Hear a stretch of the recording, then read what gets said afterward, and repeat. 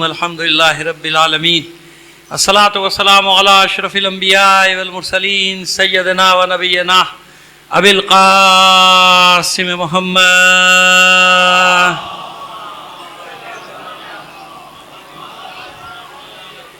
وآلہ الطیبین الطاہرین المعصومین ولعنۃ اللہ علی اعدائہم اجمعین من الآن الی قیام یوم الدین اما بعد فقد قال اللہ تعالی فی کتابہ المبین وہو اصدق القائلین وقولہ الحق بسم اللہ الرحمن الرحیم وما کان المؤمنون لینفروا کافۃ فلولا نفر من کل فرقۃ منہم طائفۃ لیتفقہوا فی الدین وَلَيُنذِرُوا قَوْمَهُمْ إِذَا رَجَعُوا إِلَيْهِمْ لَعَلَّهُمْ يَحْذَرُونَ صلوات بھیج دیجیے محمد آل محمد پر۔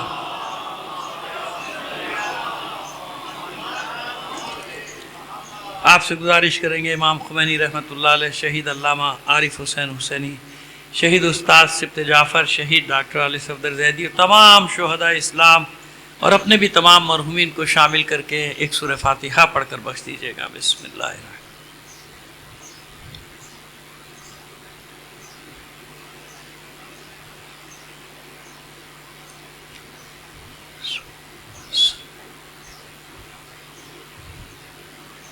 ایک صلوات عنایت فرما دیجیے گا محمد آل محمد۔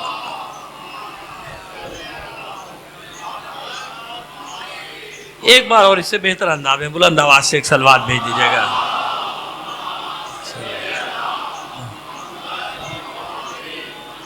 عزیزان محترم، وہ موضوع کا اعلان ہو چکا، تھوڑا سا آج تشریح کر دیتے ہیں، مقدمے کے طور پہ مجلس پیش کر دیتے ہیں، اور جو تاخیر ہوئی اس کے لیے میں معذرت چاہتا ہوں، لیکن کچھ چیزیں اپنے اختیار میں کراچی شہر میں ہیں نہیں، لہذا یہ بھی وعدہ نہیں کر سکتا کہ کل دیر نہیں ہوگی، کچھ نہیں کہا جا سکتا، یہاں آپ کو معلوم ہے جو صورتحال ہے۔ کوشش ہوگی انشاءاللہ اسے تھوڑا 10-15 منٹ پہلے آ جائیں، لیکن ہم نے عرض کر دیا کہ یہاں کی سڑکوں کا حال اس کا آپ خود جانتے ہیں، آپ بھی نہیں سڑکوں پہ چلتے ہیں، کچھ نہیں کہا جا سکتا، اور پہلے یوں نہیں چل سکتا کہ مجلس پڑھ رہا ہوں نا دوسری جگہ، وہاں سے مجھے آنا ہوتا ہے، تو اس کے بعد اس لیے معذرت روزانہ کرنے کے بجائے آج پہلے دن کر رہا ہوں کہ کسی دن تاخیر ہو جائے تو درگزر فرمائیے گا۔ ایک صلوات بھیجیے محمد آل محمد پر۔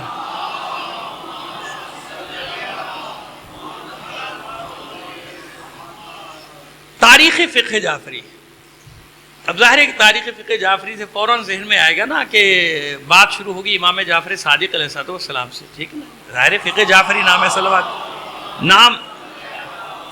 نام ہی فقہ جعفری، لیکن نہیں، دیکھیے فقہ جعفری اصطلاح ہے، یہ انشاءاللہ آ جائے گی انشاءاللہ آئندہ مجالس میں، یہ کب آئی؟ اصل میں تو فقہ جعفری وہی ہے نا جو فقہ محمدی ہے، جو فقہ حیدری ہے، فقہ حسینی ہے، فقہ سجادیہ ہے۔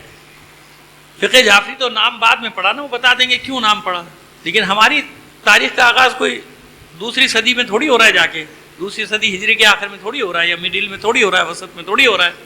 ہماری فقہ کا آغاز تو پہلے سے، جب سے لفظ شیعہ ہے، جب سے اسلام ہے، جب سے ہماری فقہ کا آغاز ہے۔ ابھی ہم انشاءاللہ بات کریں گے اس کے بعد، ہماری فقہ کا آغاز تو جب سے، تو اس لیے ہم نے یہ عنوان رکھا کہ ابھی ہم تاریخ فقہ شیعہ کی تاریخ پیش کرتے چلے جائیں گے، پھر کہاں وہ آ کے فقہ جعفری وہ بتا دیں گے، لیکن اول سے ایک تسلسل، خود ہمارے بچوں کے ذہنوں میں بھی سوال ہے، اچھا یہ عنوان ہم نے رکھا کیوں، اس کی وجہ بھی بتا دیں۔ بڑی بڑی کتابیں لکھی گئی ہیں کچھ عرب ممالک میں تاریخ فقہ کے عنوان سے، تاریخ فقہ اسلام، اور اس میں تشیع کو ایک دم نظر انداز جیسے ہے ہی نہیں، سب فقہوں کی تاریخ لکھیں، بلکہ 2-4 لائنیں اگر کہیں لکھی تو یہ لکھی کہ ہاں ان کا اصل میں ان سے روایات کوئی قبول نہیں کرتا، ان کی روایات کو نہ سنی قبول کرتے، نہ فلانا نہ فلانا نہ فلانا، اس طرح سے کر کے ڈیمیج کر کے 2-4 لائنوں میں اس کو فارغ کر دیا، جبکہ اصل فقہی تاریخ ہی ہمارے پاس ہے اور کسی کے پاس نہیں ہے۔ اس لیے ہم نے چاہا کہ ریکارڈ ہو جائے گی نا بات، کچھ اساتذہ کا بھی حکم تھا، کچھ کتابیں بھیجی گئی تھی ہمیں کہ بھائی پوری دنیا میں بھیجی گئی کتابیں، یہ پڑھو اور پھر اس کے اوپر بات کرو، بتاؤ لوگوں کو، اپنے لوگوں کو تو بتاؤ کم سے کم، دوسروں کو نہیں معلوم، ورنہ یہ عام ہوتا چلا جائے گا کہ شیعوں کی کوئی تاریخ ہے ہی نہیں، شیعوں کی کوئی فقہی تاریخ ہے ہی نہیں، یہ بالکل ایسے الزام ہے، تھوڑا سا آپ کو تشریح کر دیں۔ ایک صلوات بھیجیے محمد آل محمد پر، تشریح کر دیں۔ جیسے بہت سارے الزامات ہیں نا جو اب ماشاءاللہ اس دور میں دھلتے چلے جا رہے ہیں، اب پریشانی یہ ہو رہی ہے کہ اب ان کو اپنوں کو بھی سنبھالنا مشکل ہو رہا ہے، کیونکہ اب ظاہر ہے اب ایک طرفہ پروپیگنڈا تو نہیں چل رہا، کتنی ہی سختیاں صحیح، بنی امیہ کا دور تو نہیں ہے، بنو امیہ کے دور میں تو ایک ہی پروپیگنڈا کا ذریعہ تھا نا، ممبر اور محراب وہ دونوں ان کے تھے، کوئی بات ہی نہیں کر سکتا تھا، نام ہی نہیں لے سکتا تھا علی کے نام سے، قول نہیں نقل کر سکتا تھا، حدیث نہیں نقل، ارے گھر میں نہیں نقل کر سکتا تھا، باہر چھوڑیے آپ، گھر میں پتہ چل جاتا تو گھر کو آگ لگا دیتے تھے، لوٹ لیتے تھے، حکم دال تحریری آرڈر تھا اس کے مال و اسباب کو لوٹ لیا جائے۔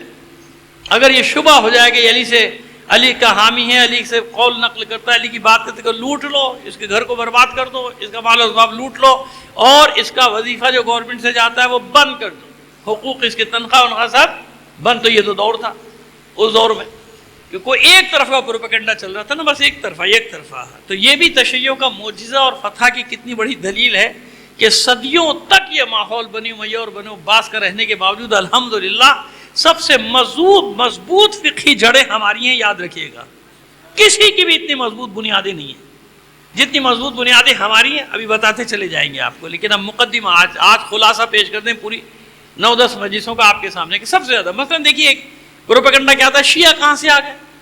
بھائی شیعہ کدھر سے آ گئے؟ شیعہ فلاں زمانے کی پیداوار ہے، عبداللہ ابن سبا لے کر آیا، عبداللہ ابن سبا کے بعد پیدا ہوئے، یہ واقعہ کربلا کے بعد پیدا ہوئے شیعہ، یہ اس کی بعد پیداوار ہے، یہ پروپیگنڈا تھا۔ اچھا وہ جواب تو ہم دے ہی دیتے ہیں اور دیتے رہتے ہیں، دیا بھی ہے، اب کی تو بڑا تگڑا جواب دیا، ایسا تگڑا جواب دیا کہ بہت سارے لوگ جو ماشاءاللہ اللہ کے فضل و کرم سے خود بخود ہی ادھر پھر وہ اونر کہ بھائی بات تو ان کی صحیح ہے، انہی نے تو بتا دیا، ہم کہاں سے، ہم نے تو سوال رکھ دیا نا، ہم نے کہا ہم تو بتا دیں گے، چلیے آپ بتائیے کہ آپ کب آئے، سارا زور ہم پہ کیوں ہے کہ ہم سے پوچھ رہے ہو شیعہ کب آئے؟ بھائی آپ کب آئے، آپ کے نام کب آئے، آپ کا نام کب رکھا گیا؟ ہم جو بتا دیں گے، آپ نہیں بتاتے، کوئی ابھی 100 سال پہلے آیا ہے، کوئی 150 سال، ابھی 150 سال پہلے کوئی آیا، کوئی 250 سال پہلے آیا، کوئی 300 سال پہلے آیا، جو آپ کا پہلا نام بھی آیا نا وہ بھی 100 سال بعد آیا ہے۔ کتنے سال بعد آیا ہے؟ رکھنے کی کوشش کی لیکن نہیں چل سکا، بعد میں پھر وہ نام چلا، ایک چل گیا، وہ ایک نہیں چلا، پھر اس کے بعد اس کی شاخیں در شاخیں در شاخیں نکلتی ہی چلی گئی۔ نام آپ اپنا بتائیے، آپ کہاں سے؟ بھائی ہم سے کیا پوچھ رہے ہو؟ ہم قرآن سے بھی بتا دیں گے، ہم حدیث سے بھی بتا دیں گے، یعنی یہ بھی بتا دیں گے کہ رسول کے زمانے میں شیعہ تھے، ثابت کر دیں گے، اور کیا ہے، رسول کے زمانے میں بھی شیعہ تھے، ہم تاریخ سے بھی ثابت کر دیں گے۔ قرآن سے بتاتے ہیں تو کہتے ہیں حدیث لاؤ، پھر حدیث سے بتا دیا کہتے ہیں قرآن سے لاؤ، تاریخ سے بتا دو تو کہتے ہیں تاریخ نہیں مانتے ہم، تاریخ کوئی ایمان کا حصہ نہیں ہے نا ایسی بات۔ تو اس لیے ہم نے تینوں جواب دے دیے، قرآن سے بھی دیا کہ قرآن میں کہاں کہاں شیعہ، کس کس کو شیعہ کہا گیا، ابراہیم شیعہ، موسیٰ کے چاہنے والے سب جو ان سے صابن کرتے تھے سا دیتے تو وہ شیعہ، اور پھر حدیث سے بھی بتا دیا، وہاں انہی کی کتابوں میں حدیثوں میں، علامہ زمخشری کی تفسیر الکشاف و در منصور، اور بھی کتابوں میں جو طبرانی وغیرہ جو لکھا اس میں بھی لکھا ہے کہ ہاں بھائی اس رسول کے زمانے میں علی کے چاہنے والوں کو رسول نے لقب دے دیا کہ یہ علی کے شیعہ ہوں گے، یہ علی کے دوست ہوں گے، جو علی کی پیروی کریں گے، تو ہمارا نام تو ہر جگہ ہے بھائی، اور تاریخ میں تو ہے ہی ہے، چاہے اچھا لوگوں نے کہا چاہے برا، لیکن سب نے کہا شیعان علی شیعان علی۔ اور یہ بھی موجود ہے کہ دوسروں نے بھی یہ نام رکھنے کی کوشش کی تھی، ہے نا تاریخ میں، دوسروں نے بھی یہی نام رکھنے کی کوشش کی، لیکن وہ نام چل نہیں سکا، کیونکہ ایک ہوتا ہے اللہ کا دیا ہوا نام، ایک ہوتا ہے بندوں کا بنایا ہوا نام۔ تو جن کو اللہ نے دیا تھا وہ نام آج تک چل رہا ہے، ہم تو ہر جگہ ثابت کرتے چلے آ رہے ہیں۔ صلوات بھیجیے محمد آل محمد پر، ٹھیک ہے نا۔ تو جیسے لفظ شیعہ، جیسے لفظ شیعہ کہاں سے آ گئی، کہاں سے، جیسے وہ کوفیوں کے لیے تھا کہ شیعوں نے، بھائی کوفی الگ ہے شیعہ الگ ہے، یہ ہم بہت بار بیان کر چکے، چل بھی رہا ہمارا بیان کہ کوفیوں نے بے بھائی، ہمیں کہہ رہا ہوں کوفیوں نے کی، شیعوں نے کب کی، اور وہ ہم نے ثابت بھی کیا، ساری تاریخی دلائل دے کے ثابت کیا، معلوم اب وہ بھی پروپیگنڈا رفع دفع ہو گیا کہ بھائی چلو۔ تو اس طرح یہ تاریخ کی دھول اب آہستہ آہستہ چھٹنا شروع ہو گئی ہے۔ تو اب یہ فقہ، اس لیے ہم نے یہ عنوان رکھا تاکہ ہمارے بچوں کو بھی اور دوسروں کو بھی بڑے احترام کے ساتھ جواب پہنچائے کہ جناب آپ اپنا بتائیے، ہمارا تو موجود ہے، ہماری پوری فقہی تاریخ موجود ہے، ہم بتا دیں گے۔ خوب، فقہ ہے کیا؟ پہلے تو یہ معلوم ہو جائے قرآن کی روشنی میں۔ فقہ کا ایک عام معنی ہے اور ایک خاص معنی، یعنی ایک لغوی معنی ہے اور ایک اصطلاحی معنی۔ جیسے شریعت ہے، شریعت کا ایک لغوی معنی ہے، شریعت کا معنی ہے پانی کا گھاٹ، وہ دریا میں ایک گھاٹ بنا لیتے ہیں نا نہروں میں، جہاں سے پانی وانی بھرتے ہیں، جانوروں کو پلاتے ہیں، مشق، اس کو گھاٹ کہتے ہیں نا، اس کو عربی میں کہتے ہیں شریعہ۔ اور فقہ میں کیا ہو گیا شریعہ، یعنی جہاں لوگ اپنے دین کے مسائل کی پیاس بجھاتے ہیں، وہیں سے وہ شریعت اسلامی بن گئی کہ پیاس بجھانے کی جگہ پیاس مناسبت ہے معنی میں، لیکن وہ لغت میں اس کا معنی یہ، اصطلاح میں شریعت کا یہ معنی ہو گیا، ٹھیک ہے۔ اس میں بہت سارے الفاظ ہیں، فقہ بھی ایسے ہی ہے۔ فقہ کا عام معنی ہے، لغوی معنی ہے سمجھ، شعور، عقل، فہم و فراست۔ انظر کیف نصرف الآیات لعلہم یفقہون، سورہ انعام آیت نمبر 65 میرا خیال، اگر غلط ہو گیا کل صحیح بتا دوں گا، 65ویں آیت ہے۔ صلوات بھیجیے محمد آل محمد پر۔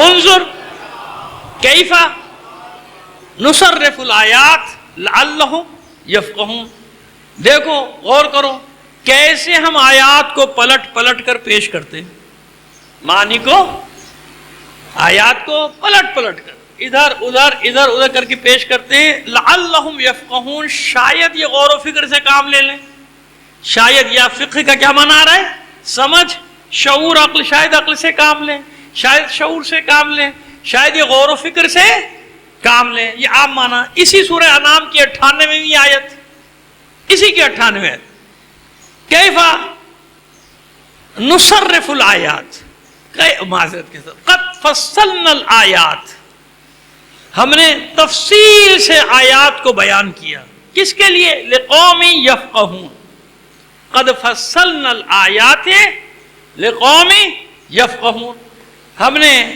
تفصیل سے لوگوں کے سامنے، انسانوں کے سامنے آیات کو پیش کر دیا، کس قوم کے لیے، جو شعور رکھتی ہے، جو بے شعور ہوں گے وہ نہیں سمجھیں گے، جو شعور رکھتے ہیں ان کو سمجھ میں آ جائے گی ساری بات۔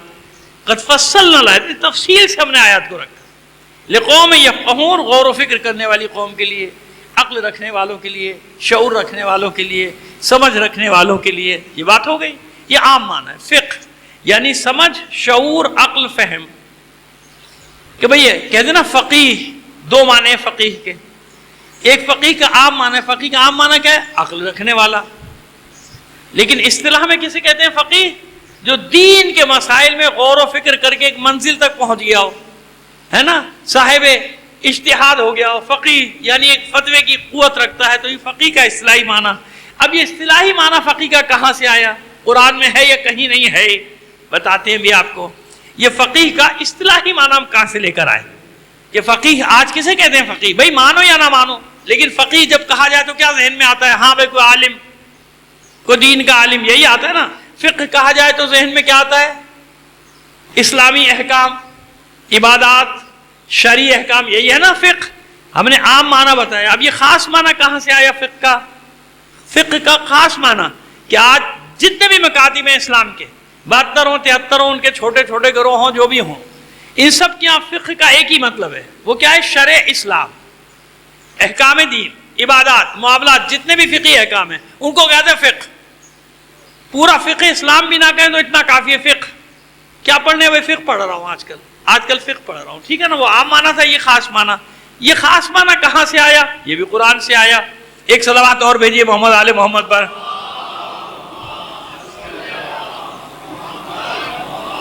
اب یہ مجمع کے سامنے مجھے پڑھتے ہوئے کوئی پریشانی یوں نہیں ہوتی کہ برسوں سے مجھے سن رہے ہیں، برسوں سے سن رہے ہیں، لہذا میں اس بات کی پرواہ نہیں کرتا، عادی ہو گیا ہوں۔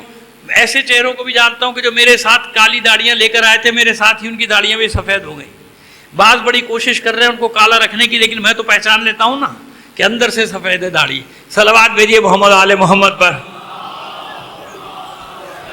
چلے، کوئی تنقید نہیں کر رہا، اعتراض نہیں کر رہا، بلکہ بتا یہ نہ ہو کہ پہچانتا ہوں میں سب چہروں کو۔ الحمدللہ جو مسلسل مجھے سن رہے ہیں، میرے ساتھ ہو گئے سن و سال میں، ان سب کو پہچانتا ہوں۔ ایک بار اور بلند آواز سے صلوات عنایت فرما دیجیے۔ آئیے، یہ جو میں نے سرنامہ کلام قرار دیا ہے سورہ توبہ کی 122ویں آیت، وما کان المؤمنون لینفروا کافۃ، ضروری نہیں کہ سارے مومن جہاد کے لیے نکل پڑو، کوششوں کے لیے، کسی بھی کام کے لیے اکٹھا نکل جاؤ، کوئی لازم نہیں۔ ما کان المؤمنون، مومنین پہ کوئی لازم نہیں، ضروری نہیں کہ سارے کے سارے لینفروا کافۃ، سب کے سب نکل جاؤ۔ فلولا نفر من کل فرقۃ منہم طائفۃ، ایسا کیوں نہیں ہوتا کہ ہر جماعت میں سے ایک گروہ نکلے، ہر فرقے میں سے، یعنی ہر گروہ میں سے، بڑے گروہ میں سے ایک طائفہ نکلے، ایک چھوٹی جماعت نکلے۔ فلولا نفر من کل فرقۃ منہم طائفۃ، ہر فرقے میں سے، فرقے سے مراد یہاں کیا ہے، قوم، گروہ، بڑا گروہ، طائفہ، ایک طائفہ نکلے، ایک چھوٹا گروہ نکلے. کہاں نکلے؟ کیوں نکلے؟ لیتفقہوا فی الدین، دین کا علم حاصل کرنے کے لیے نکلے. لتفقہوا فی الدین، دین میں تفقہ کے لیے نکلے. اب یہاں سے آئی دین میں تفقہ، فقہ دین، دین کی سمجھ. یہ اصطلاح یہاں سے بنی، فقہ دین، فقہ اسلام. یہاں سے نکل اللہ کا حکم ہے کہ جاؤ اور ایک آدمی دین کا علم حاصل کرو، اسلام کا علم حاصل کرو. ایک گروہ چھوٹا ہو، سب نہ چلے جاؤ. سارے مولوی بن گئے، کبھی بھی نہیں سنو گے ایک دوسرے کی. چند مولوی ہیں وہی ایک دوسرے کی نہیں سنتے. سارے بن گئے تو کہاں سے سنیں گے ایک دوسرے کی. لہذا کچھ بنو، کچھ اپنے زندگی کے دوسرے کام. آخر پوری دنیا چلانی ہے نہیں چلانی.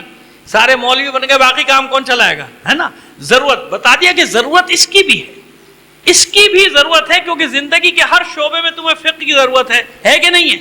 زندگی کے ہر شعبے میں کوئی شعبہ آپ نام لے دیجئے، ڈاکٹر ہی ہو، انجینئر ہوں، اس کے شعبے ہوں، شاخیں ہوں، قانون ہو، زمینداری ہو، جو بھی ہو، خاندانی نظام ہو، انفرادی نظام ہو، معاشرتی ہو، سماجی ہو، جو بھی ہو، فقہی مسئلہ ہر جگہ پیش آئے گا. پوچھنا پڑے گا بھائی کیا کروں، حلال ہے کہ حرام ہے، کرنا ہے نہیں کرنا، جائز ہے ناجائز ہے، مانے نہ مانے، لیکن مسئلہ تو ہر جگہ پیش آئے گا نا. ہر جگہ پیش آئے گا. شادی ہو، بیاہ ہو، یہ ہو، وہ ہو، نوکری کرنی ہے، کھانا ہے، پینا ہے، بازار کے مسائل، ہر جگہ کے مسائل ہیں کہ نہیں؟ تو جہاں بھی ہوگا اس کو فقہ کی ضرورت پڑے گی. اس لیے لازمی ہے، لازمی کہ ایک چاہے چھوٹا سا گروہ ہو، فقہ کی تعلیم حاصل کرنے ضرور جائے. اب یہ اصطلاحی معنی یہاں سے بنا. کیوں حاصل کرے؟ وَلَيُنذِرُ قَوْمَهُمْ إِذَا رَجَعُوا إِلَيْهِ، وجہ بھی بتا دی، تاکہ جب یہ دین کا علم حاصل کر کے واپس پلٹے تو اپنی قوم کو ڈرائے، اپنی قوم کو ڈرانے والا بنے. وَلِيُنذِرُ قَوْمَهُمْ إِذَا رَجَعُوا إِلَيْهِمْ لَعَلَّهُمْ يَحْذَرُونَ، شاید وہ ڈرنے والے ہو جائیں. یعنی اصل وجہ بھی بتا دی کہ ایسے کھلے بندوں نہ چھوڑ دینا لوگوں کو. اور پھر اب یہاں سہارا لیتا ہوں نہج البلاغہ میں 85 خطبے میں ایک جگہ مولا عارفان ارشاد فرماتے ہیں قد تسمى وآخرا قد تسمى عالما به وليس به، ایک اور شخص ہے جس نے اپنا نام عالم رکھ لیا مگر وہ عالم نہیں ہے. ہبا الى غرور، وہ جمع کر لیتا ہے ادھر ادھر کے دھوکے بازیاں جمع کر کے لوگوں کے سامنے پیش کرتا رہتا ہے. پہچان بتائی، ہمیشہ یاد رکھیے گا مولا نے پہچان بتائی، ہم نے نہیں بتائی. مولا پہچان بتائے کہ اس کی پہچان یہ ہوگی کہ وہ لوگوں کے سامنے گناہان کبیرہ کو اہمیت کو ختم کر دے گا.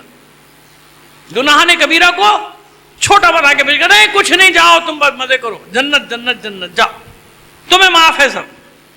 اور جرائم کی اہمیت کو ختم کر دے گا، گناہان کبیرہ کو چھوٹا کر دے گا، اور جرائم سے لوگوں کا خوف نکال دے گا، دل سے نکال دے گا. نہ گناہان کبیرہ کا خوف ہوگا لوگوں کو، نہ جرائم کا.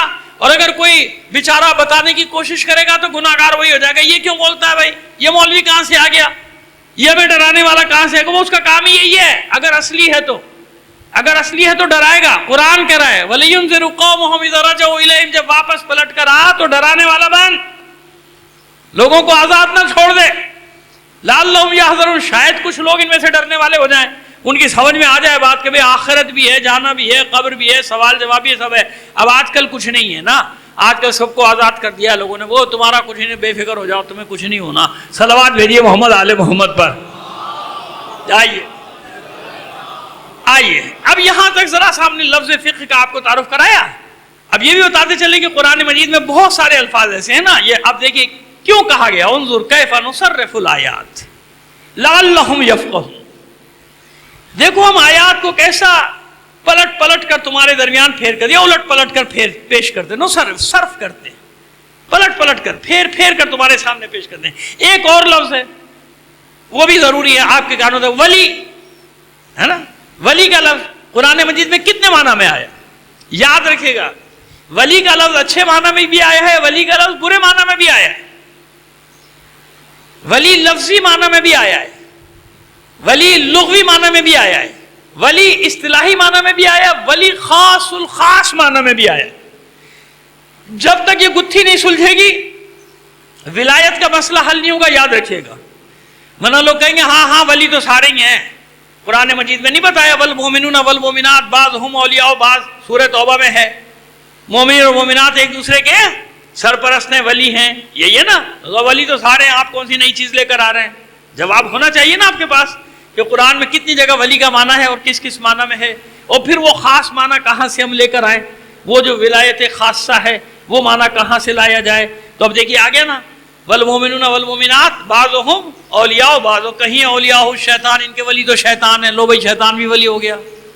والذین، سورہ آیت الکرسی میں نہیں پڑھتے آپ؟ سورہ بقرہ میں والذین کفروا اولیاءہم الطاغوت، لو جی طاغوت بھی ولی ہے، اور جنہوں نے کفر کیا ان کا ولی کون ہے؟ طاغوت۔ اب بتائیے آپ، آگے نا، اللہ ولی الذین، اللہ بھی ولی ہے، مومنین بھی ولی، مومنات بھی ولی، وہ لو شیطان بھی ولی، طاغوت بھی ولی۔ اب کہاں جائیں گے آپ؟ اتنے سارے معنی آگے نہیں آگے؟ آگے نا، ہاں۔ اب کیسے نکالنا ہے؟ اب یہ بتا رہے ہیں لغوی اور اصطلاحی معنی کا کیا مطلب ہوتا ہے۔ وہاں جتنی بھی جگہ آیا ہے سرپرست کے معنی میں، کس کے معنی میں آیا ہے؟ اب سرپرست اچھا بھی ہو سکتا ہے، سرپرست برا بھی۔ سمجھ میں آئی ہماری بات؟ نہیں، آپ لوگوں کو لگ رہا ہے سکتے میں بیٹھے ہوئے ہیں۔ یا ایک اور صلوات بھیجیے محمد آل محمد پر۔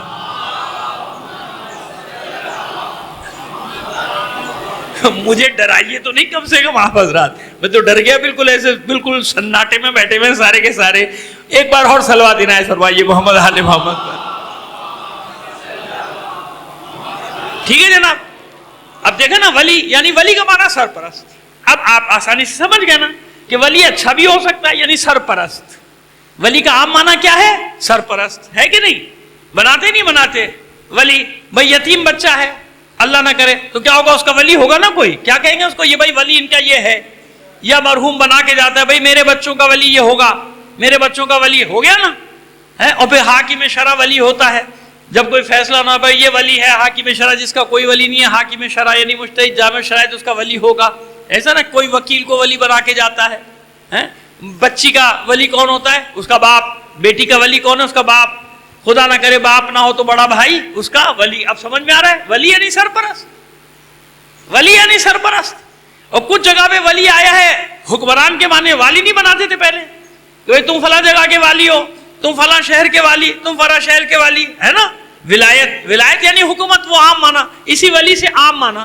ولایت کا عام معنی کیا ہے؟ عام حکومت، عام حکومت۔ ہم نہیں کہتے تھے بڑے ہمارے کہاں جا رہا ہے بھائی؟ ولایت جا رہا ہوں۔ اب بچوں کو نہیں پتا نا، بزرگوں کو تو معلوم ہے نا۔ ہندوستان مشترکہ جو بر صغیر تھا اس میں کہاں جاتے تھے بھائی؟ لندن جاتے تھے تو کیا کہتے تھے؟ یا برطانیہ، ولایت جا رہا ہوں۔ کیوں؟ وہ حکومت تھی نا، مرکز ہوتا حکومت کا، یہ تو قبضے میں تھے تو غلام تھے، آج کل آزاد ہیں۔ سنا ہے، سنا تو یہی ہے۔ صلوات بھیجیے محمد آل محمد پر۔ ٹھیک ہے نا جناب؟ ولایت جا رہا تو ولایت کا معنی وہ عام معنی، عمومی معنی۔ آپ نے دیکھا کہاں تک چلا گیا؟ سرپرست، یہ بھی سرپرست، وہ بھی سرپرست، اچھا سرپرست، برا سرپرست۔ کسی کو ولی بناتے ہیں، مال نہیں کھا جاتا غریبوں کا، یتیموں کا مال کھا جاتا ہے نا؟ ولی ہے، کھا گیا سارا مال، ہڑپ کر گیا یتیموں کا مال، بیواؤں کا مال کھا گیا، کمزوروں کا ولی تھا مال کھا گیا۔ تو یہ ولی کا عام معنی ہو گیا۔ سرپرست اچھا بھی ہو سکتا ہے برا بھی، حاکم اچھا بھی ہو سکتا ہے برا بھی، والی اچھا بھی ہو سکتا ہے برا بھی۔ سمجھ آ گئی بات؟ یعنی ولایت کا عام معنی اب انشاءاللہ کبھی نہیں بھولیں گے، ہمارے بچے بھی نہیں بھولیں گے جنہوں نے سنا ہے۔ اتنی ہم نے آسانی سے سمجھانے کی کوشش کی ہے اپنی طرف سے کہ لفظ ولی۔ اب وہ خاص ولایت کیا ہے جس کے بارے میں قرآن فرماتا ہے ہنالک الولایۃ للہ الحق، بس وہ جو ولایت ہے کائنات پر، عالمین پر ولایت ہے، بس وہ اللہ کے لیے حق ہے اور کسی کے لیے نہیں، ہے نا؟ اب یہاں سے آپ کو لے کر آتے ہیں وہ سارے معنی بتانے کے بعد اب آپ کو اہمیت کا اندازہ ہوگا سورہ مائدہ کی اس آیت کی جس میں انما کے ساتھ کہا گیا انما ولیکم اللہ ورسولہ والذین آمنوا الذین یقیمون الصلاۃ ویؤتون الزکاۃ وہم راکعون۔ بس تمہارا ولی اللہ، تمہارا ولی رسول، تمہارا ولی یہ جو ایمان لائے، جس نے نماز ادا کی، جس نے حالت رکوع میں زکات دی۔ اب یہی تو فرق پتہ چلے گا کہ اس ولایت میں اس ولایت میں فرق کیا؟ وہ ہے عمومی ولایت، یہاں پروردگار نے انما کے ساتھ حصار کھینچ دیا۔ کیا کر دیا؟ کلمہ حصر۔ انما یاد رکھیے گا، انما کو کیا کہا جاتا ہے؟ کلمہ حصر، یعنی معنی کو قید کر دینے والا، معنی کو قید کر دے، حصار میں لے آنے والا، یعنی اس کے اندر جو ہے باہر نہیں نکلے گا، جو باہر ہے وہ اندر نہیں آ. جس آیت پہ انما ہوگا, انما الہکم واحد, انما امرہ اذا اراد شیئا ان یقول لہ کن فیکون. اور سب سے آسان ترین سمجھنے کے لیے انما کے معنی کو, انما یرید اللہ لیذھب عنکم الرجس اہل البیت ویطہرکم تطہیرا. صلوات بھیجیے. پانی دو.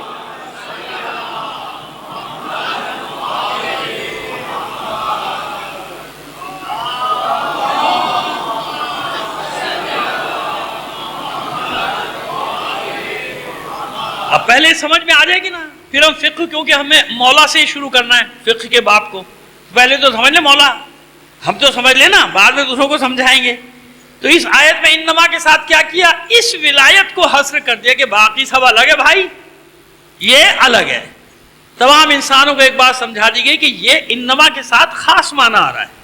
وہاں تو عام ہے, سب ولی ہیں بھائی, ابا ولی, بھائی ولی, وکیل ولی, یہ ولی, وہ ولی جس کو بنا دیا وہ ولی, حاکم شرع ولی, اچھا ولی, برا ولی, شیطان صفت بھی ولی بن گیا, مومن صفت بھی ولی بن گیا, رحمان صفت بھی ولی ہو گیا, سارے ولی ہو گئے.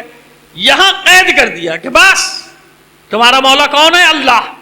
انما, انما کے یعنی اس کے سوا کچھ بھی نہیں ہے, انما ہے بس. انما کے اندر جو ہے باہر نہیں جائے گا. عبد العباد ہمیشہ یہی ہے, اور جو انما سے باہر ہے وہ اندر نہیں آئے گا.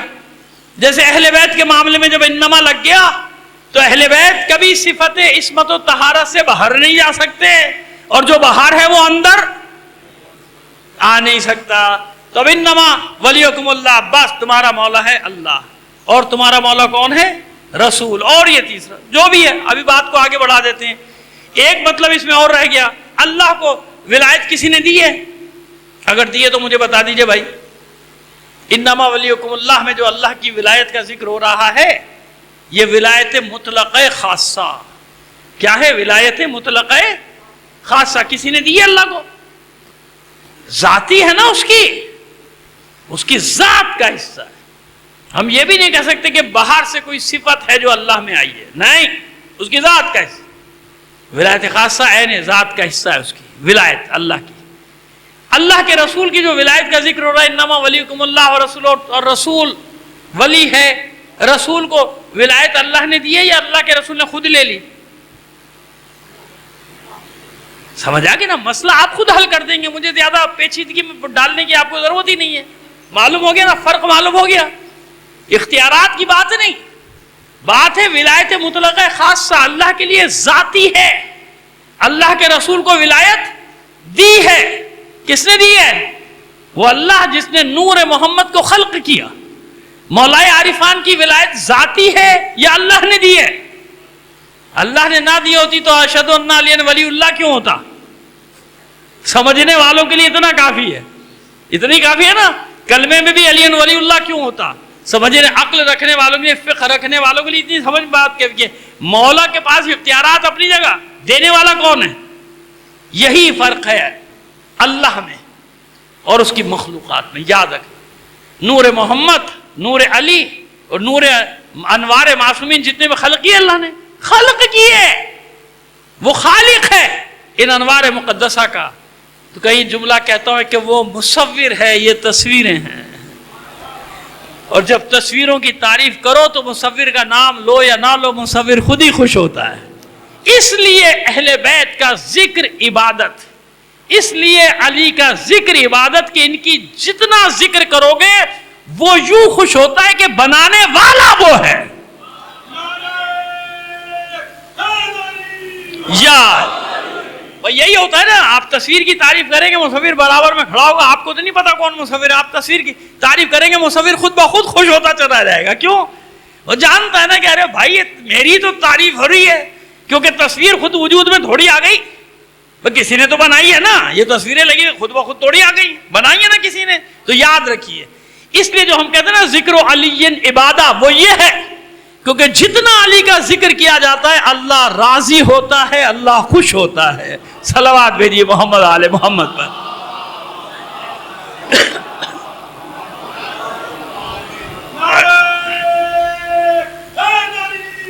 یا علی, آسان ہو گیا مطلب. بس یہ ولایت خاصہ جو معصومین کو ملی ہے، لیکن اللہ کے لیے ولایت مطلقہ خاصہ اس کی ذاتی ہے۔ معصومین کو جب ولایت دی ہے تو اللہ نے اپنا جانشین بنایا، ولایت اختیار دیے کہ نہیں دیے؟ دیے ہے نا اختیار۔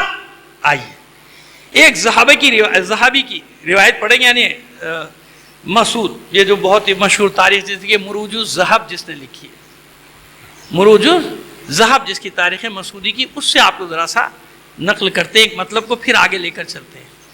اسی کی کوٹنگ آج یہ پورا پیراگراف میں مروج الذہب میں دیکھ کر آیا ہوں، اور نوٹ بھی میں نے کر لیا ڈائری میں الگ اپنے پاس اس مطلب کو، جس میں وہ ایک جگہ ہوتا یہ کہ ان کے سب کچھ ہے، بس تلاش کرنے والے ہوں آپ تلاش کر لیں، یقین جانیں ایک ایک فضیلت آپ کو جو آپ کے یہاں ان کیا مل جائے گی، مگر کیا ہے بکھری ہوئی ہے۔ کسی نے ایک لکھی، صحیح بخاری نے ایک لکھ دی، صحیح مسلم نے ایک لکھ دی، ترمذی نے ایک لکھ دی وہی چیز۔ اب یہ حدیث ثقلین صحیح بخاری میں ہے، انی تارک فیکم الثقلین کتاب اللہ و اطرتی اہل ہے۔ اب یہ نہیں مانے بھائی ہے آپ کے یہاں ہے، اور ایک جگہ تھوڑی کنز الاموال میں بھی ہے، نہ معلوم کہاں کہاں ان لوگوں نے لکھی ہے، پتہ نہیں کتنے حوالے ہیں ہمارے پاس، ابھی تو صرف آپ کو بتا رہے۔ اور یاد رکھیے اس حدیث ثقلین کی وجہ سے اتنے لوگ بدل کے اب آ رہے ہیں، کیونکہ اب یہ سوشل میڈیا یک طرفہ تھوڑی چل رہا، صرف ہمارے خلاف تھوڑی چل رہا ہے، ہمارا پیغام بھی جا رہا ہے نا۔ اور بھائی اس زمانے میں ختم نہیں ہو سکا مکتب تشیع، جب پروپیگنڈا ہمارا تھا ہی نہیں، کر ہی نہیں سکتے تھے، نہ مسجد نہ محراب، مار دیا جاتا تھا، نام نہیں رکھ سکتے تھے۔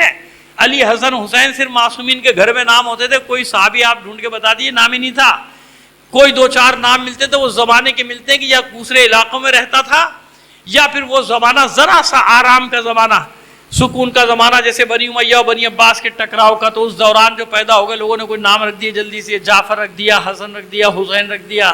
عباس تو کامن تھا نا، تو عباس سے لوگ نہیں سمجھ پاتے تھے کہ بھئی شاید بنی عباس کی وجہ سے رکھا ہے، عبداللہ ابن عباس کی وجہ سے رکھا ہے، عباس ابن عبد المطلب کی وجہ سے رکھا ہے، سمجھ رہے ہیں نا آپ؟ تو یہ تھا، نہیں رکھ سکتے تھے نام، تو اس وقت نہیں ختم ہوا، تو اب تو جواب جا رہا ہے نا، جواب الجواب بھی جا رہا ہے۔ اس حدیث ثقلین نے وہ کمال دکھایا ہے کہ اتنے لوگ بڑے بڑے، یہ بھی نہیں کہ چھوٹے موٹے، اچھا، اور ان بڑے بڑوں میں کچھ اتنے پکے ہو گئے ہیں کہ وہ بیچاروں کی پٹائیاں ہو گئی، ان پہ حملے ہو گئے، ان کا برا حال کر دیا گیا، جتنی ان کی پٹائیاں ان پہ حملے ہو گئے اور پکے ہوتے جا رہے ہیں، اور پکے۔ کیوں؟ وہ دلیل رکھتے، کہتے ہیں اب ہمیں پتہ چلا جب 1400 سال بعد علی کا نام لینے پہ ہمارا یہ حال کیا جا رہا ہے، تو جب علی سامنے ہوگا تو کتنی دشمنی ہوگی۔ یہ دیکھیے مذہب تشیع کا اعجاز، میں پھر بتا رہا ہوں آپ سے، اتنے انہی نے مارے نہیں ہیں، یقین کر لیجئے میری بات کا، جتنے آگئے لاکھوں دنیا بھر کی بات کر رہا ہوں، عرب ممالک اور افریقی ممالک تک کی بات کر رہا ہوں، 70 لاکھ 60 لاکھ آگئے ادھر، آپ اطمینان رکھیں۔ ابھی دیکھیے جبھی تو بلبلائے ہوئے ہیں، پاگل ہوئے ہیں کہ کیا ہو رہا ہے، اپنے لوگوں پہ حملے کر رہے ہیں، دبا دب مار رہے ہیں، اور ہم سے کہا، ہم نام مصلحتاً نہیں لیتے، کسی کا نہیں لینا چاہتے، تو وہ ہم سے خود کہا بیٹھ کے، کہنے لگے بھائی بات یہ کہ اب معلوم ہوا ہمیں کہ علی کے نام سے ان کو کتنی چڑے اور کیوں چڑے، اب معلوم جب یہ ہمیں نہیں چھوڑ رہا، اپنے آدمیوں کو نہیں چھوڑ رہا ہے۔ اور پھر ایک آپ کے لیے جو جملہ کہا، واقعی وہ تاریخ میں سنہری حروف سے لکھے جانے کے قابل ہے، یعنی شیعوں کی نہیں، کہتا بھائی آپ ہی لوگوں کا دم ہے جو 1400 سال سے ان سے نپٹ رہے ہو۔ کہنے بھائی یہ وحشی ہیں، خود کہہ رہا ہے، کہتا یہ وحشی ہے، درندے حیوان نہیں ہے، کہتے بھائی سلام ہے آپ کو، 1400 سال سے ان کے مقابلے میں ڈٹے ہوئے۔ میں نے کہا یہی تو حقانیت کی دلیل ہے، کیونکہ ہماری بنیادیں اتنی مضبوط ہیں، کربلا جیسی بنیادیں ہیں کسی کے پاس دنیا میں؟ اتنی مضبوط بنیادیں ہماری کہ ہوائیں تو آ سکتی ہیں، آندھیاں آ سکتی ہیں، نقصان تھوڑا موڑا اوپر سے پہنچا سکتی ہے عمارت کو، بنیادیں مضبوط ہوئے، لہٰذا ہم عمارت پھر نئی سے کھڑی کر دیتے ہیں۔ صلوات بھیجیے محمد آل محمد پر۔ آئیے اب یہ لفظی تھوڑی سی بحث میں نے کیوں سمجھائی، تاکہ آپ کو سمجھ میں آئے کہ فقہ کا لفظ کیسے آیا اور کہاں سے آیا، اس کا لفظی معنی کیا تھا اور یہ معنی کیا ہو گیا۔ بس فقہ تشیع کا آغاز کہاں سے ہوا؟ فقہ تشیع میں کہہ رہا ہوں وہی فقہ اسلام ہے، 23 سال تک۔ اچھا ہاں وہ تو بات رہ گئی، دیکھیے یہ ہوتا ہے فی البدی تقریر کرنے میں، اصل مطلب شروع کیا تھا ذہبی کا، مروج الذہب کا، وہ بھول گیا۔ اور نئی بات شروع کر دی میں نے آپ کے سامنے. ایک صلوات بھیجیے محمد آل محمد پر.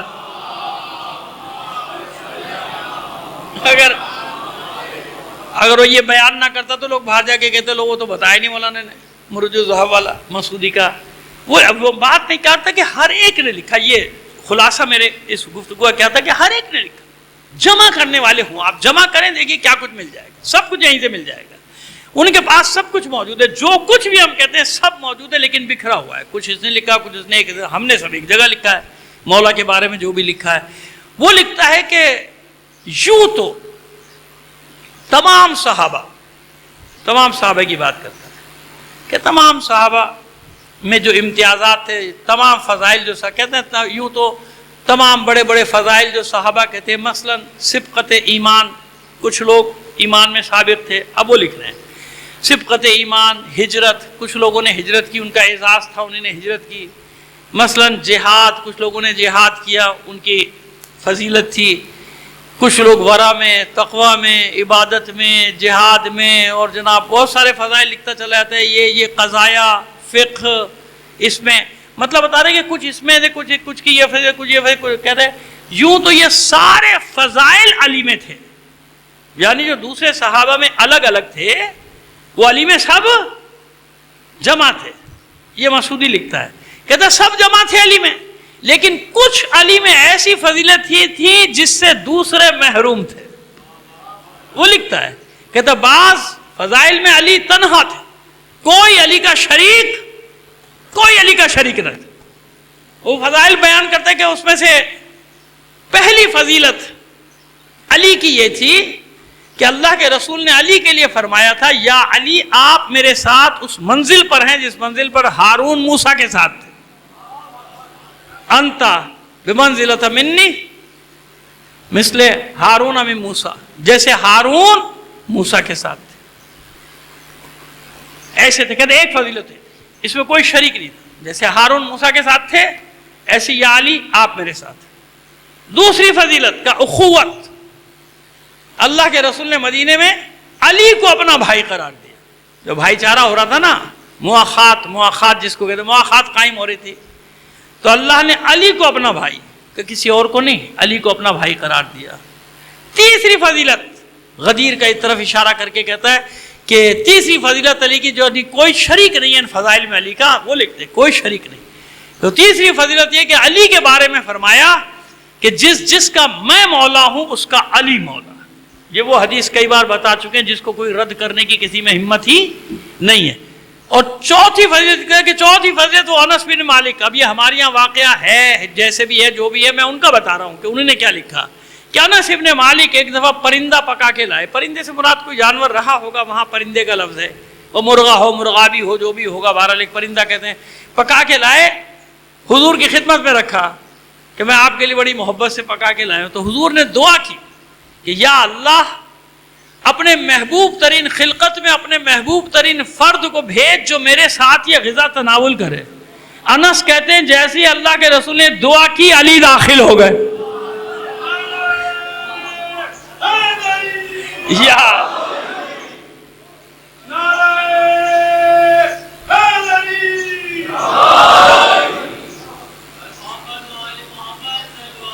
اللہم صلی جزاک اللہ. ماتے جیسی میں نے دعا ختم کی اللہ کے تو فوراً دیکھا علی داخل ہو گئے. اور بھی لکھتے ہیں, میں آپ کو مثال بتا رہا ہوں, یعنی وہ فضائل بتا رہے ہیں کہ جس میں کوئی علی کا شریک, کہتے کوئی علی کا شریک, لکھ رہے ہیں خود, پھر نہیں مانتے بھائی. اللہ کے بندے خود ہی تو لکھ رہے ہو کہ علی کے پاس وہ فضائل. کیوں یہ سارے مقامات کیوں؟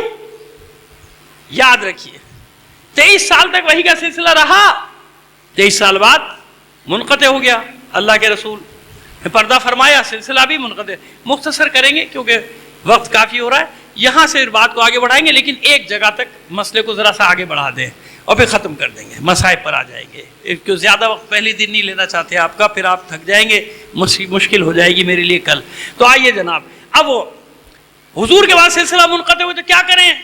اب لوگ کہتے ہیں کہ صاحب حضور کے بعد یہ ہو کہ اجماع ہو گیا. کیا ہو گیا؟ اجماع ہو گیا, ہم نے یہ کام کر لیا, اجماع ہو گیا ہم نے. یعنی اس کا مطلب ہے کہ رسول کچھ بتا کے نہیں گئے.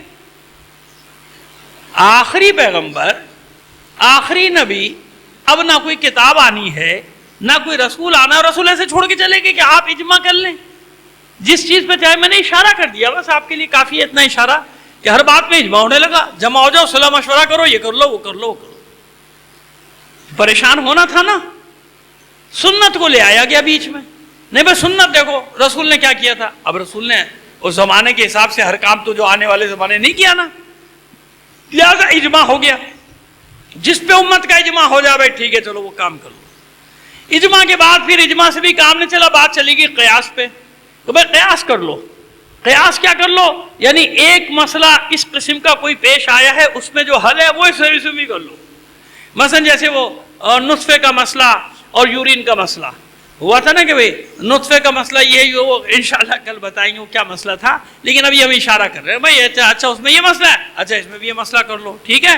اب وہ جناب کہ اس کی طہارت اور نجاست والا مسئلہ ہے, خیر جناب اس میں یہ مسئلہ تھا تو اس میں بھی یہ مسئلہ کر لو, ایسے مسئلہ حل کرو ٹھیک ہے. آئیے بات کو آگے بڑھائیں. کیوں ہوا ایسا؟ اہل بیت کو چھوڑ دیا. اللہ کا رسول کیا فرما رہا ہے, تمہارے درمیان دو وزنی چیزیں چھوڑ کر جا رہا ہوں, کتاب اور اہل بیت. تشیع کا افتخار یہ ہے کہ بدترین ماحول میں اس نے اہل بیت کا ساتھ نہیں چھوڑا. بدترین زمانے میں رجوع کرتے تھے امام سے, چاہے خفیہ طریقے سے رجوع کریں, کسی نمائندوں کو بھیجیں. آپ جانتے نا تاریخ میں ہم بھی پڑھیں گے ابھی, بھیجا جاتا تھا مولا یہ مسئلہ آ گیا, مولا یہ مسئلہ آ گیا. اور معصومین نے بھی کیا طریقہ اختیار کیا تھا, اپنے ہی دور میں فقیہ تیار کرنا شروع کیے, عالم بنانا شروع کیے. وہاں دوسروں والا حساب نہیں تھا کہ میرے سوا کوئی نہیں بس میں ہی ہوں, نہیں, شاگرد تیار کرو. امام حسن کے دور میں, امام حسین کے دور میں حبیب ابن مظاہر کون, فقیہ. معصوم ان کو کیا کہتے تھے, فقیہ کوفہ. تو کس نے بنایا فقیہ؟ بریر حمدانی کو کس نے بنایا فقیہ؟ مسلم نے اوسجا کو کس نے بنایا فقیہ؟ یہ علماء ہیں, جانتے ہیں نا آپ کوفے کے علماء, علماء اہل بیت, جنہوں نے بریر حمدانی تو کتاب لکھی تھی القضایا, مولا کے فیصلوں میں پوری کتاب لکھی تھی, وہ موجود نہیں لیکن اس کے حوالے موجود ہیں. القضایا, بریر حمدانی کربلا کے شہید, استاد کو معلم کوفہ لقب تھا. لڑنے نہیں آتے تھے سپاہی کربلا میں, میدان میں سامنے منہ چھپاتے تھے کہ ہمارے بچوں کا استاد ہے, ہمارے بچوں کو فقہ پڑھائی ہے, ہمارے بچوں کو قرآن پڑھایا ہے. اب سمجھ میں آ رہی بات کہ ہمارے فقہ پڑھانے والے ہر زمانے میں موجود تھے. مولا عارفان نے شاگرد بنائے نہیں بنائے. عبداللہ ابن عباس کا نام جانتے ہیں آپ, معجزانہ طور پہ زندہ ہے وہاں. کیوں؟ کیونکہ بنی عباس کی حکومت آ گئی, ورنہ عبداللہ ابن عباس کا ذکر بھی نہیں ہوتا تھا, کیونکہ علی کے شاگرد براہ راست علی سے سیکھی تھی تفسیر و فقہ, علی نے سکھایا تھا. آج تک ان کا تو نام ہے نا استادوں میں کہ عبداللہ ابن عباس کے استاد کون, مولا عارفان. تو اب وہ جب عباسیوں کی حکومت آئی تو عباسیوں کی مجبوری تھی کہ اپنا کوئی بڑا آدمی لاؤ, تو بڑے آدمی کے چکر میں عبداللہ ابن عباس دوسرے مکاتب میں اب تک زندہ ہیں, لیکن وہ پھنس گئے عبداللہ ابن عباس کو زندہ رکھ کے, کیونکہ ہر جگہ لکھنا پڑتا ہے علی علی علی علی. شاگرد کس کے ہیں, علی کے. عجیب ہے, شاگرد مان رہے ہو, استاد کو نہیں مان رہے. چاروں فقہوں کے ائمہ کے بارے میں خود لکھتے ہیں کہ یہ بالواسطہ یا بلا واسطہ, یعنی براہ راست یا بالواسطہ امام جعفر صادق علیہ السلام کے شاگرد ہیں. صلوات بھیجیے, شاگرد ہے. جزاک اللہ. یاد اچھا آپ خود ہی لکھ رہے ہو شاگرد ہیں, اللہ کے بندوں عجیب لوگ ہو, خود ہی لکھ رہے ہو شاگرد ہیں, اور کہیں چھٹے امام سے کوئی روایت نہیں لیتے. عجیب ہے. آپ کہہ رہے ہیں سب پڑھایا انہوں نے, ان سے روایت, اہل بیت سے روایت نہیں لینا. کیوں؟ اہل بیت سے روایت لینے کا مطلب یہ ہو کہ بات جائے گی علی تک, کیونکہ جعفر صادق کا جو بھی قول ہے وہ پلٹے گا علی پر. ایسے ہی ہے نا بھائی, ہر ایک کا استاد پوچھا جائے گا. مثلا میں نے بتایا عبداللہ ابن عباس کے استاد کون ہیں, مولا عارفان. یہ قرآن کس نے بچایا, جلدی جلدی آخری بات, قرآن کس نے بچایا بھائی؟ کہتے وہ حجاج نے اعراب لگائے تھے. اب وہ لگاتا گھامڑ, اگر اس نے لگائے ہوتے نا تو قرآن پر سے بھی لوگوں کا اعتبار اٹھ گیا ہوتا. ویسا صفاق درندہ تھا حجاج, اس کا کیا واسطہ قرآن سے نماز, اس کا کیا واسطہ, اعراب لگوایا اس نے. جتنے ظالم ہیں چھانٹ چھانٹ کے کوئی نہ کوئی ان کے ساتھ کارنامہ لگا دو بچانے کے لیے. بھائی بہت برا آدمی تھا لیکن کچھ کہنا نہیں, اس نے قرآن پہ اعراب لگائے تھے. اب سمجھ گئے آپ چالاکیاں کیسے بچاتے ہیں شخصیات کو, سمجھ گئے. اورنگزیب عالمگیر، ہاں بھائی مارا، بھائی کو مارا، بھائیوں کو مارا، باپ کو قید کر دیا آگرہ کے قلعے میں، لیکن بھائی ذرا ایمان والا تھا، قرآن ہاتھ سے لکھ کے بیچا کرتا تھا، یعنی اس کے ہدیے سے اپنی زندگی. مفتی اعظم فتاوی عالمگیری آج تک دکانوں پہ ملتے ہیں، وہ فتوے دیتا تھا جناب، کہتے بھائی تھا عالم دین تھا، اور اپنی روزی جو کماتا تھا وہ قرآن لکھ کے اس کا جو ہدیہ ملتا تھا اس سے روزی کماتا. دیکھیں چکر بازیاں دیکھیں آپ، ظالموں کو بچانے کے لیے کیسا کیسا ہے. وہ جناب بھائی بہت ملعون تھا، اس نے یہ کر دیا وہ کر دیا، شہید کر دیا، لیکن فاتح قادسیہ تھا، قادسیہ پیدا نہیں ہوا تھا وہ منحوس اس وقت، اس کا جنگ و جدال سے تعلق کیا تھا؟ یزید ملعون کا، وہ لہو و لعاب میں ڈوبا ہوا انسان. اب دیکھ لیں آپ کیسے کیسے بچانے کے لیے راستے نکالتے ہیں. یوں ہے کہنا نہیں کچھ، بھائی اس نے یہ کام کیا تھا، یعنی ساری اس کی کچھ تو کشتار ایک طرف، جیسے وہ ضیاء الحق ملعون عالم سب کا نہیں وہ کہنا نہیں بھائی امیر المومنین تھا، اس نے اقوام متعدد میں 90 کروڑ مسلمانوں کی نمائندگی کی تھی، ایسی نمائندگی کی تھی آج تک ذلیل ہو رہے ہیں مسلمان، آج تک خوار ہو رہے ہیں اس کے چکر میں، اسی کے سارے بیج بوئے ہوئے ہیں. یہ خوار ہو رہا ہے پاکستان بھی اور سارے مسلمان بھی اسی ملعون کے چکر میں. صلوات بھیجیے محمد آل محمد پر. چلیے ختم کیا میں نے، اب یہاں سے کل شروع کریں گے کہ کس نے قرآن کو بچایا اور کیسے بچایا، کیونکہ اس میں میں جلدی سے گزرنا نہیں چاہتا، کیونکہ ہمارا موضوع یہی ہے نا فقہ کے کہاں سے ہماری تاریخ کا آغاز ہو رہا ہے. تو جلدی سے کہ 2-4 منٹ میں کہہ کے جا رہا ہوں تو میری بھی تسلی نہیں ہوگی، آپ کو بھی مزہ نہیں آئے گا. ایک بار اور صلوات عنایت فرما دیجئے محمد آل محمد پر. اور بس میں آ رہا ہوں مسائل پر. گزارش ہے کہ آپ جو حضرات احباب پیچھے آگے ہوئے تھوڑا سا اگر سمٹ آئیں گے نا اچھا لگتا ہے، بہت اچھا لگتا ہے، یقین جانیے. آپ جب مجتمع ہو کر بیٹھتے ہیں تو خوبصورت بھی لگتے ہیں آپ، اور اچھا ماحول بہت اچھا بن جاتا ہے ماشاءاللہ.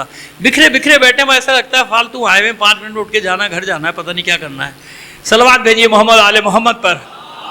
جزاک اللہ. بس اب سمجھ میں آ رہا ہے کہ کس طرح سے خاک دھول غبار ڈالنے کی کوشش کی. وہ تو آج الحمدللہ یہ کہ نا ہر بات جاری ہے نا، یک طرفہ تو نہیں ہے پروپیگنڈا. اپنے چھوڑے ہوئے جن میں خود ہی پھنس گئے. یہ چھوڑا تھا ہمارے لیے، ساری دنیا میں ہمارے خلاف پروپیگنڈا کرنے کے لیے. یہ سارا سوشل میڈیا سب، حتیٰ کہ یورپ میں بھی امریکہ میں بھی ہمارے خلاف سب سے زیادہ کام ہوا، لیکن پھنس گئے نا. اب ہماری بھی آواز جاری ہے نہیں جا رہی ہے؟ سب کچھ کہو. ہاں یہ الگ بات ہے کہ کبھی کبھی بند کر دیتے ہیں کسی کی آواز. اسرائیل کو برا نہ کہنا، اپنے یوٹیوب چینل پہ سب کو بتا رہا ہوں بند ہو جائے گا. اب پتہ نہیں ہے میرے والے بیچارے بچتے ہیں یا ابھی بند ہوتے ہیں. میرا تو بند ہو گیا، بچے جو میرے چلا رہے تھے نا میں تو نہیں چلاتا نا فیس بک یوٹیوب، میں تو ہے نہیں، میرے بچوں نے کوئی بات بند ہو گیا. کیوں؟ اور اسرائیل کو بڑی گالیاں دیتا ہے بھائی. تو بھیا اگر کمانا ومانا ہے، ڈالر والر کمانے، تو اسرائیل کو برا نہیں کہنا. یا ویزا لینا ہے امریکہ کا برطانیہ کا، پھر بتا رہا ہوں یورپ کا، مجھے نہیں کہہ دینا کہ مولانا نے مروا دیا. میں آپ کو صاف صاف کہہ رہا ہوں کہ ویزا نہیں ملے گا اگر اسرائیل کو برا کہو گے، اور ملا ہوا ہے تو کینسل ہو جائے گا. امریکہ کو مرگ پر امریکہ نہیں کہنا، مرد آباد امریکہ نہیں کہنا، ورنہ ویزے نہیں ملیں گے، اور ملے ہوئے تو کینسل ہو جائیں گے. یہ یورپ کا حال ہے سارے، ہے نا. تو ہمت چاہیے نا، جگر چاہیے نا امریکہ لعنتی کو لعنت بھیجنے کے لیے، اسرائیل کو مرد آباد کہنے کے لیے جگر چاہیے. ورنہ کیا ہے، یہ سب ایک ویزے کی مار ہے. لوگ ایک ویزے کے چکر میں برا بلا نہیں کہہ رہے. ارے بھائی جانا ہے، ایسا نہ ہو ویزا نہ لگے، ایسا نہ ہو جو ملا ہوا ہے وہ کینسل ہو جائے. سمجھ رہے ہیں آپ؟ یہ امتحانات ہوتے ہیں. آپ سمجھ میں آیا کوفہ کیوں بھاگ گیا تھا پیچھے؟ بس اس وقت بھی ایسی مفادات رہے ہوں گے.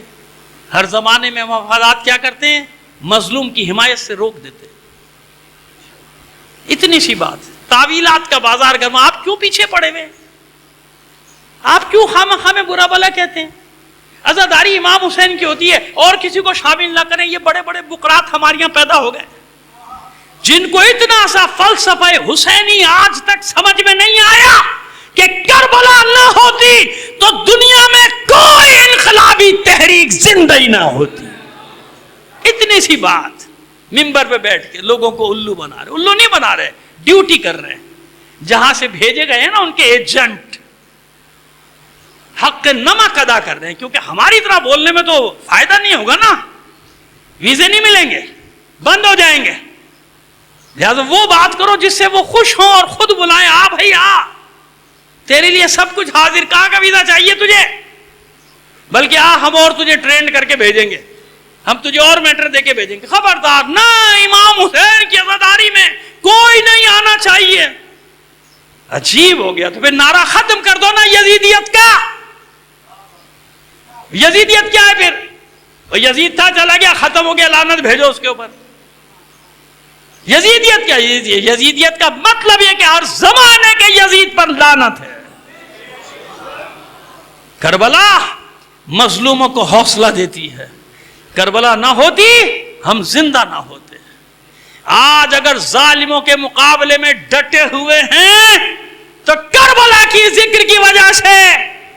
آج ہمارے لاکھوں شہیدوں نے جانیں دے کر سامرا، بلد، کربلا یہ سب آزاد کرایا، دشمنوں کو یہاں تک پہنچنے نہیں دیا، تو کیا تھا؟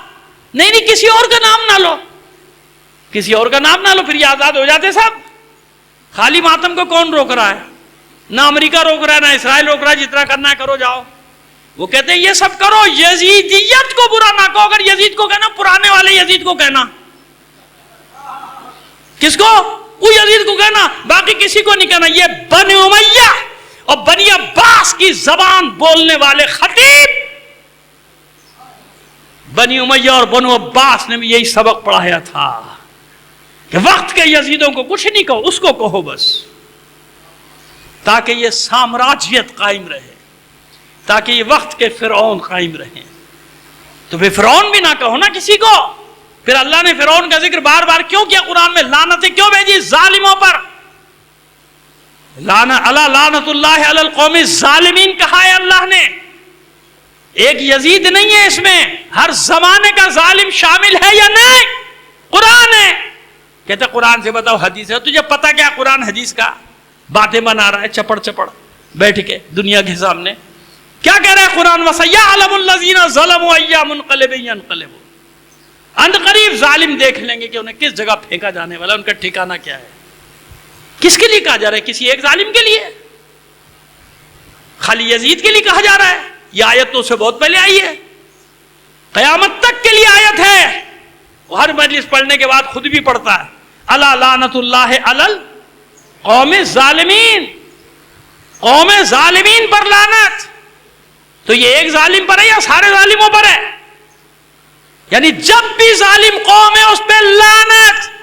تو آج کا امریکہ ظالم ہے یا نہیں؟ تو اللہ کا حکم ہے کہ نہیں اس پہ لعنت بھیجو۔ اسرائیل آج کا ظالم ہے یا نہیں؟ تو اللہ کا حکم ہے کہ نہیں اس پر لعنت بھیجو۔ بہکاتے ہو قوم کو، جن کو قسمت پہ بہکنا ہے بہک جائیں گے، لیکن ہمیں کوئی پرواہ نہیں ہوتی ہے۔ کیوں؟ ہم سے زیادہ فکر ہمارے امام زمانہ کو ہے۔ نہ معلوم ایسے کتنے آتے رہے تاریخ میں اور ذلت کا نشان بن کے گم ہوتے رہے، درباری ملا، بنی امیہ کی زبان بولنے والے ملا، بنی عباس کی زبان بولنے والے ملا۔